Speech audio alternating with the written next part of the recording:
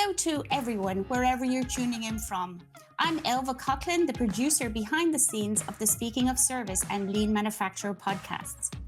The spotlight usually shines on the highly experienced guests from the world of manufacturing and service, guided in discussion by my colleague Chris Wolff, or Wolffie as we all know her. But today we're doing things a little different and have Wolffie in the hot seat to talk about the podcasts, our guests, and the experience she's had so far.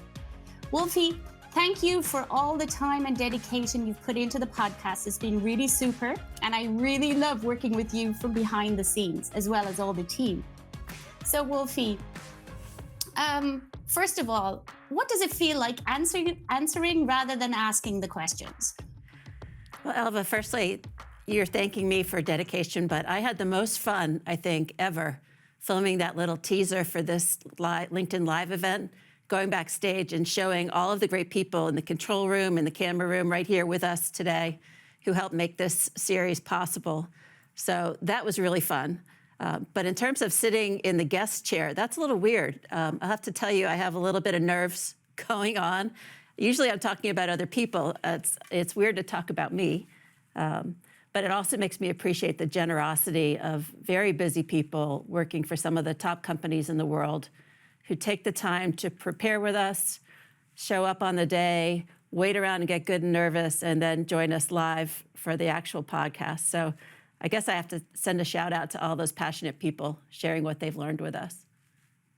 Absolutely. I know what it feels. Normally, I'm not in front of the camera at all. So, sitting here is also in your shoes, and there, lots to fill here. So what have been your standout moments, particularly? We've done, speaking of service, now the lead manufacturer. So, what is really kind of, caught you during those conversations? Well, I guess there's two things. One is some of the people who have listened to these shows know I have a little game I play with the guests.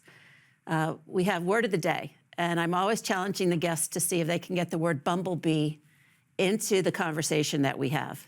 And the reason for that is that I'm a big believer in teaching young women and girls to be bold. And every time they get that word in, I promise to give some amount of money to girls who code.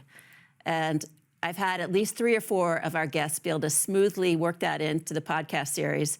So I challenge the listeners, if you can go back and pinpoint which episodes Bumblebee was worked into the conversation, I'll give more money to girls who code. I'll see how many comes in. I'll cap it at maybe $1,000. But go back into the podcast series and see. Does it help if I say Bumblebee now? Will that work? No, you've got to go back into the previous podcast series and find out which guests worked that in. And if the guests are listening, I'm sure they'll be joining in as well.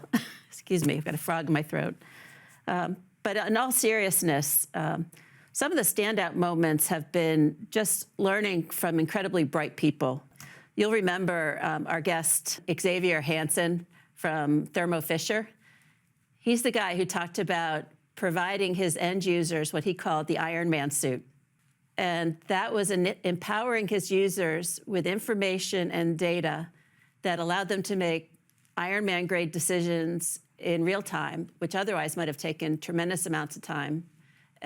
So that was a pretty cool conversation. And then, of course, my conversation with the man I call the ambassador of lean manufacturing, Clay Wilker. He's been a well-known figure in the aeronautics and defense industries. He's spoken tremendously on behalf of lean organizations as well as for PTC and his own company. That conversation really stood out for me. And what do you think is they're all unique in all the customers and the people that you've spoken to, all unique, but there must be some unifying thread that you feel has been weaving through your conversations. For sure. None of these people cared as much about technology as they cared about the people they were serving, whether that's their internal clients or their external customers. It was all about creating experiences that allowed people to be their best at what they do every day.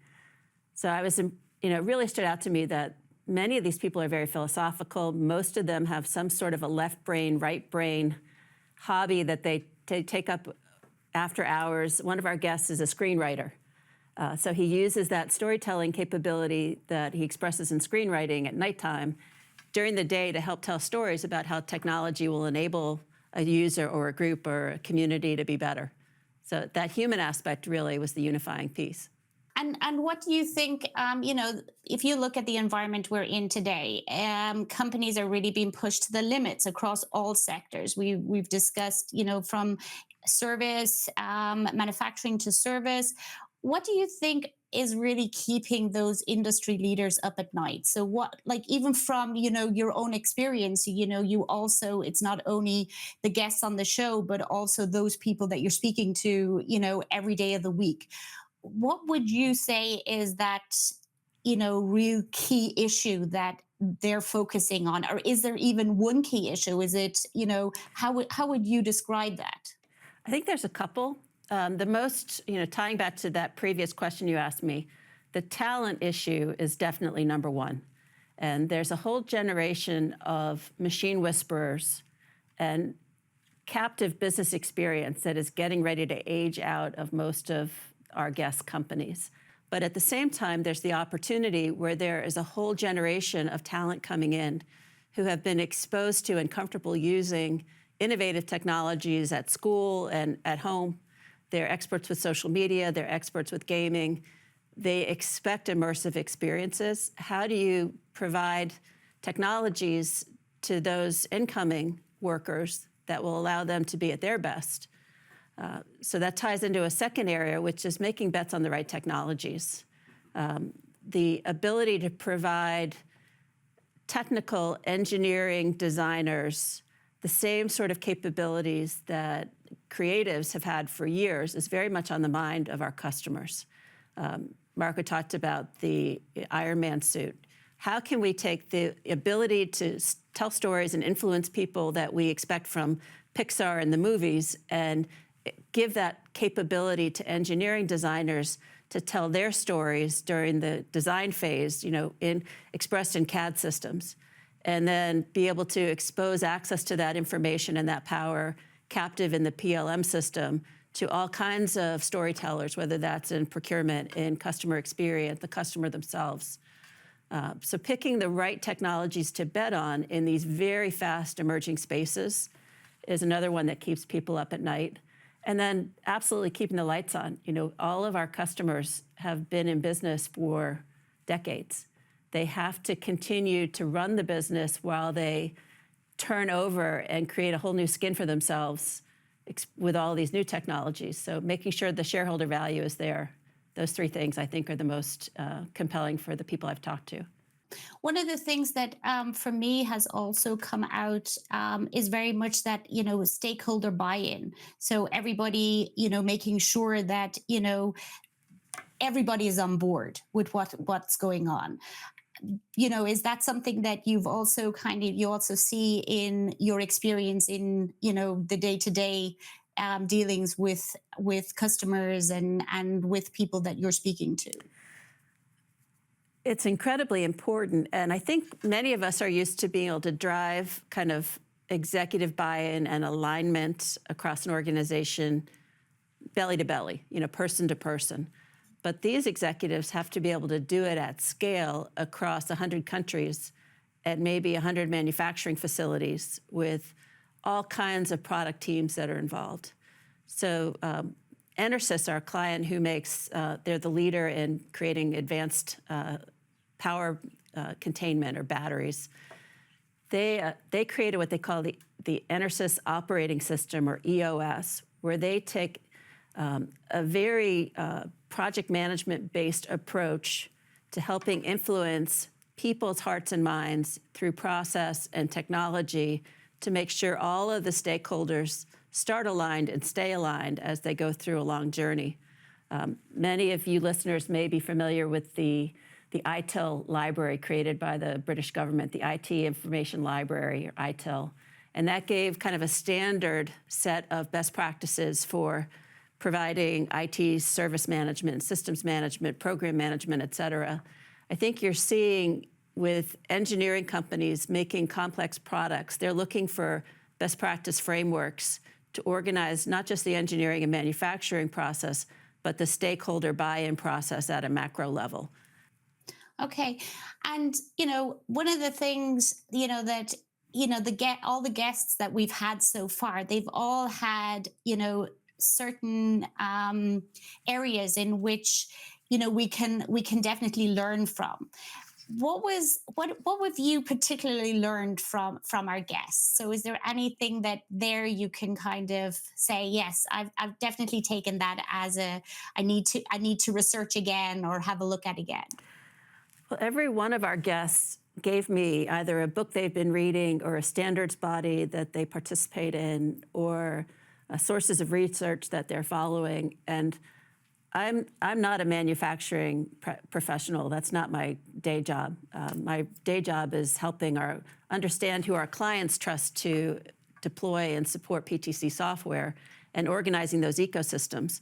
So for me as a layperson, I've been able to get much more fluent in the language of engineering, manufacturing, and service, thanks to the syllabus that's been created through these conversations.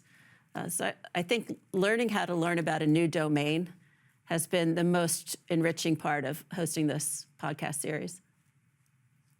Well, I have to say I've learned a lot as well from, behind the scenes and how everything goes as well. So it definitely has had some great experience going along.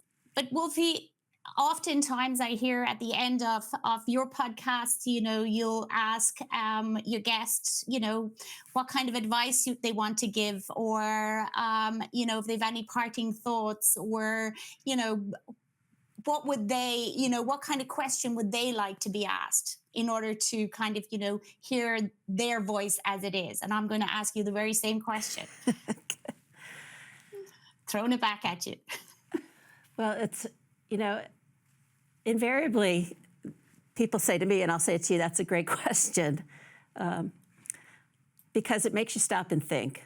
So I think for me, I would advise people to be curious and get interested in areas that are adjacent to what you know so that you can kind of broaden your horizons.